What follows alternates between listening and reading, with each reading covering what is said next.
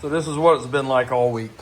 Raining, wet, can't get nothing done outside. So we're gonna work on a project we haven't worked on in quite a while. And do you guys remember this one? If not, the Yamaha. This one here has the stock AC motor. And we worked on it last year and we had a navitas. And the navitas turned out to be bad. I sent it off, I got the navitas back, and it's been sitting on the shelf ever since. I have not done anything with it. So with that being said, I just pulled it in here and we need to go back over the wiring again and see what everything was. I forgot what everything was, to be honest with you. Pull the seats off. Need to go get the navitas. I need to, go back through everything again and see exactly what all of this right here was and wasn't. And anyways, this golf cart, we picked it up just like it sits. I think I paid $100 for it the beginning of last year. So around March of 24. Now it's what, October of 25. And we're just starting to work on it. Well, the same shop I got this at, I got this right here, Havoc body, from them as well this year. I gave them $100 for it. How I got it so cheap is the body was installed. They had to take it off for some odd reason. I think they scratched it up, but they were able to give me a brand new set of headlights and taillights to go with it, with the body. And I said, sure. I got $100 in the golf cart. Now I got $100 in the body. So I just got back from the Golf Cart Expo, but look at here at this date here, July 25th, 2024. We are still sealed on that side. We're still sealed on this side. So the navitas controller, I've never opened it. It's been over a year and I haven't opened it. So I hope it's good and it's okay, because like I said, when I got it in, I just put it on a shelf and I didn't do nothing else with it. That was when I took that like 6-month hiatus last year. Anyways, let's open this right here up. So I sent them back my controller to see what was wrong with it. And I think this one right here is a reconditioned controller. So it's not brand new, but it's not 100% used either. That is what it is right there. And I think I may have the, let's see, it looks like it's been used or something, or, it was reconditioned, but it looks like the same input there for the Yamaha. And yeah, everything's good. And this one might be my old one that they just reconditioned. I can't remember. It's been, like I said, a long time ago. So we need to get this right here back on. And I think we did something with the throttle pedal, maybe the key switch, F&R switch, and all of that. So I'm gonna get down here. We're gonna pull these right here screws out. I'm gonna get this right here plugged back in. All right, got the controller bolted back on and the plate back there. And I remember messing with the wires, so I've been going through the wires, seeing which ones I messed with and cut, and trying to test different things last year. And I'm gonna use some of these heat shrink butt connectors. These right here, they have the solder built into the center of them. So I can just twist the wires together, slide this right here over it, hit it with some heat. It solders them and it heat shrinks the wire together as well. So I'm gonna do that next. I have my wire tied together right here, trying to make sure that's the same wire, and it looks like it is.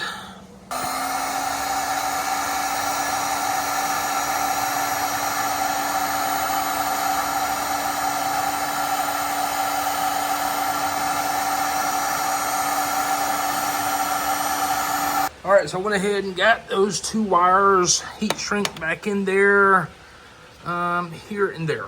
Okay, those two wires there. I put the split loom back on that cable, which is the back passenger tail light, and I did the phase cables on the controller. All right, back at it. Dropped this small lithium in here just for the time being to see if it'll run.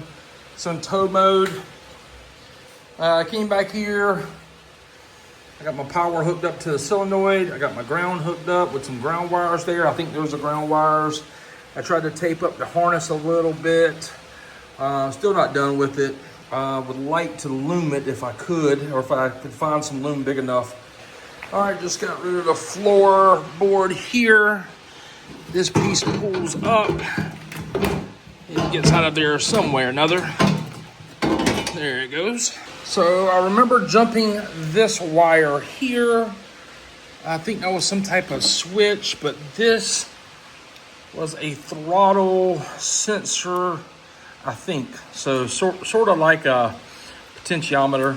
So I think that's I don't know what Yamaha calls theirs, but that's that. And it goes right here. So as the pedal turns it a little bit. You can see in there. I don't think I have the bolts. But this year when I bought all of that stuff from that cart place and I was selling everything, I think I got one of those in it. I know for a fact that I've ordered one from Amazon, but I think I got an OEM one. So I'm gonna go try to find it. I think I have a key switch, and I think I might even have an FNR switch as well. So we're gonna have to see what plugs into where, see if we got anything up here working or not. So let me go try to find those. And all right, so I got my Yamaha switch here. That's OEM Yamaha, I think. Maybe that's upside down. There's that. And I think this is that, because that's exactly what it looks like. And the plug here looks like what that plug right there will plug into. So yeah, not sure about this switch. I still thought I had one of those switches down there. That might just be a brake switch for a light switch. I don't know. I'm just winging it right now because I don't have a schematics for this cart. I think I did in the last video a year or so ago, but I don't right now. So that plugged in to the harness. It also plugged into the pedal, and it wants to move with everything. So I believe that's working. I just need to get some bolts to hold that in place. I don't have anything at the moment. All right, it looks like the key switch is plugged in here, and I think I removed these two right here for the key switch as well. I didn't know what these were, but in the very back, it looks like there's a DC to DC converter that's on board. And if it is, we might use it for the headlights or something, you know, just the running stuff. But I need to place these back into there, but I think that's it. Let's see if I can, yep, there it is. I just unplugged it. All right, see that bolt right there? There was two of those bolts. I took one out there. I think that's like maybe a brake switch for taillights or something. I'm not sure, but it seems to fit this. So let's take this back out here. If you don't have one of these, highly suggest one of these right here, man. I'll put a link in the description below, but it's a 5mm number 8 pitch thread. Fits in there perfectly. So I believe that's gonna be for the throttle as well. All right, got those bolts in there. So tomorrow, I need to go and get those same bolts for this right here, switch right there. But that's in. I guess now we need to calibrate this throttle. And I've also noticed they gave you some leeway here, so you can turn the throttle a little bit too and adjust it there also. All right, so I just calibrated the throttle, but it failed on the Navitas app because it said it did not transition from off to on. So I'm missing something. I don't know exactly what I'm missing here. Maybe this is the brake switch here, and this is the switch that transitions on and off. I wonder if these touch. This guy had it jumped. I wonder if that's the deal. Well, I was looking around earlier for this, couldn't find it. I was looking again just a minute ago after the ball game, and I got my switch here, and that goes right here, and it comes with the hardware, so I don't have to go tomorrow. And the switch here should plug directly into there. So we're good. I'm gonna go ahead and get that on real quick as well.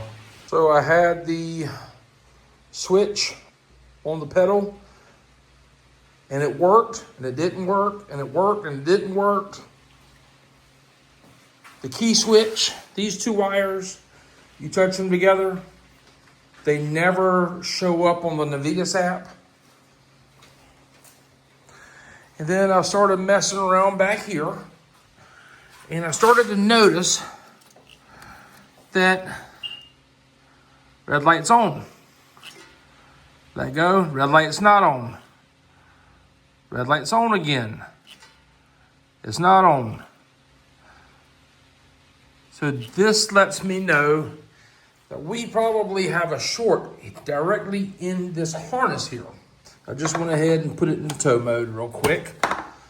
So, started looking online for a new harness, and yeah, these puppies are like $800. And I think the only problem is this piece right here. This is a 23 pin. I found one of these on Amazon, just the harness, or not the harness, but just this connector here. And it has all black wires coming out for a foot. So I'm thinking about ordering it, you know, replacing each wire individually, but connecting it with heat shrink, connecting it up. I think this right here might be our issue right here, because some of these pins, like this one right here in the middle that goes to the key switch into the foot switch, it looks to be wallowed out. See how that pin right there looks so much bigger than these pins over here. And I'm wondering if something in here isn't making a connection. So that's what I'm gonna do. And instead of paying like $800 for an entire harness, or 2 or 3 or 4 or whatever else somebody can get them for, because I can't find them any cheaper than like $700-800. I'm not spending that much money on this. Just this connector here with like a foot of wire, and it's not going to be color coded. It's going to be all black wire, so you're going to have to go one by one. I think it's like $15 on Amazon. So I'm going to order that, and it'll probably be a couple of days before I come back to this. After getting the FNR switch connector made, I went ahead and got the foot switch connector made, and I slid the little yellow things all the way up and crimped them to the pins. I think that's the correct way of doing it, from cutting them off of another connector a minute ago. This is the amount of wire we have we're working with here. I went ahead and took the tape off, but that's where it's at in the harness. It usually goes like right here, and then the foot switch goes over here. That's why they give you a little bit of length here. So we should still be good. I'll be able to get this on with the pins, but we're gonna have to go in there and look at the schematics, because I believe the red and white wire goes with one of these, or the brown goes with one. So we'll have to look at that in just a minute. So per the schematics, you have a brown and a red and a white. And up here on this plug, you have a red and a brown. And the red and white comes from the key switch, going into this right here switch, going out of the brown back to the harness. So that's the way I did it, and it's together. And it will mount right there, and so we have plenty of wire to use, so that's done as well. Well, this right here is the stock key switch. It's just on and off. This connector right here, the tab's broke on it, so it doesn't click. And you got 2 other wires, and I believe this right here switch, these wires have continuity when the key switch is off, and when the key switch is on, these don't have continuity, and then these do have continuity. So I took the key switch apart. This back piece here, it has 3 clips on it. This right here piece is on the very back, and it just slides left and right inside of this piece, or actually this piece slides on it. That's all it does. And it just makes and breaks continuity. So this lower, these lower 2 wires, they, like I said, they should have continuity when the card is off, and the top ones doesn't have continuity, and then when the card is on, the top ones have continuity and the bottom ones doesn't. I believe that's how that works. And I just did this. Maybe I can solder some wires to these right here connectors. We can put our own connector on there and hook this right here switch back up. Sometimes you just have to open up tools and work on them so you can try to finish working on other things, you know what I mean? So I had to come in here and adjust some of these right here things where the switch wasn't making contact. I mean, it's a never-ending thing here, guys. And got the switch in place. The spring had popped loose and it wasn't making contact back here. So I don't know what to tell you, but I've had this soldering gun since the 90s. Long story short, my dad owned a Radio Shack in this town from 82 to 2010. He shut it down before really before the recession really hit hard, and had to shut us down, but he actually got out of it beforehand. Oh, gotta take it back apart now and drop some screws. Anyways, long story short, have to work on things in order to work on things sometimes, but can't be scared to take things apart and just look at things. So that's basically what we got going on here. Anyways, back to it. Got my switch back together. Got all 4 of those wires soldered. I've already checked continuity. Nothing's touching, so we're good to go. We're gonna keep going. All right, got the key switch wired up. It's back in place. Got the wires matching. We're good there. We were able to get the F&R switch together. We got the switch down here for the foot switch together. Now we just need to wait on the main harness connector to see if we can change some of these wires or change this connector here, because, well, when you pull up on it, like this, sometimes, see there, look at there. So we got a short somewhere in here, and that's what we're gonna do, is we're gonna replace that as well. All right, delivery day, or delivery night, pretty much, because, you know, Amazon never comes when you need it early. It's always late. But anyways, this right here is a 23-pin connector, and I believe it's the same thing that's on the Yamaha. Now, this one has, every pin has a wire in it, so there's 23 wires. And on the Yamaha, it doesn't use every single one, but I believe that's it. I'll put the link to this right here in the description of the video, so if this works or if it doesn't work, or if you have one that you need to get done, well, check this right here out. Moment of truth there.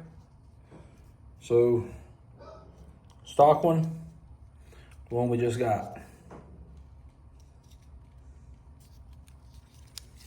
So let's try to put that here, see if that'll plug in. And it, yep, plugged in, there you go. So now we need to transfer each one of these wires. I'm gonna just cut them off of here. I'm gonna probably cut, I don't know, a couple of inches, just in case we have to put this back on there for any reason we can, but it comes with about a foot right here of wire. So, all right, so that roughly took about 20 minutes. And I did not connect this yellow and blue wire on the last 2 back here because it went to this plug here that was not being used. So I was actually sure what that one was for there. That might have been something else, but anyways, we didn't use that. That's the stock plug. We'll probably end up keeping it. That's the plug there. Everything's wired up. I'm gonna go in here and probably just cap off these right here, just butt connect them up, and all the ones that we're not using, and we need to test it. Once we test it, if we can get it to go, then we'll come back in here and apply heat to all of these and shrink them down. I also got some wire loom tape. It's kind of like a felt tape. We're gonna try to clean this here up a little bit as well. Okay, we have a lot of progress so far. Check this out. The key is on in the off position, so I got something there backwards. Maybe it wasn't the 2 wires I thought was on and off. I was thinking these smaller ones was on and off, but maybe it's the 2 larger ones that's on and off. So maybe I just need to swap those around.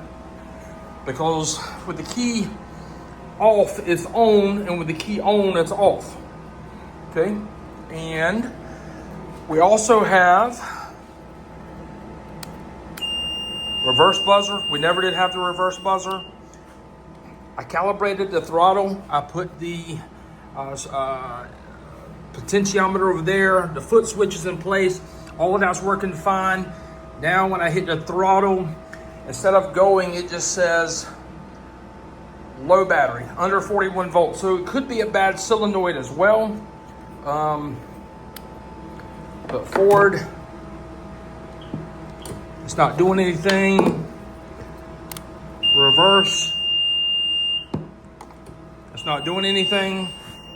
So we are so much more ahead than where we were.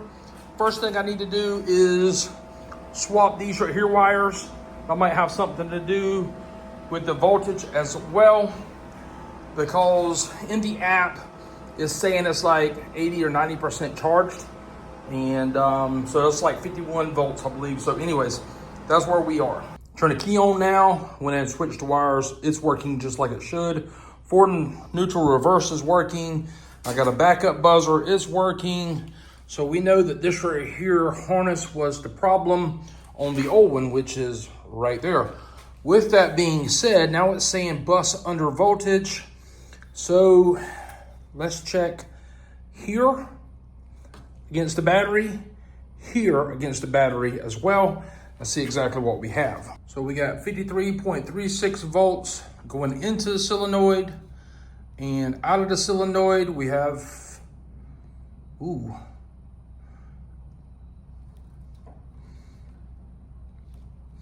if we press down on it, we only got 52.73 volts. All right, so still haven't done anything with those. New connector, new solenoid, or new to us solenoid. I think this one's from Walking Tall. Let's turn, run on, got a beep. Let's see. So an on, forward, neutral, reverse.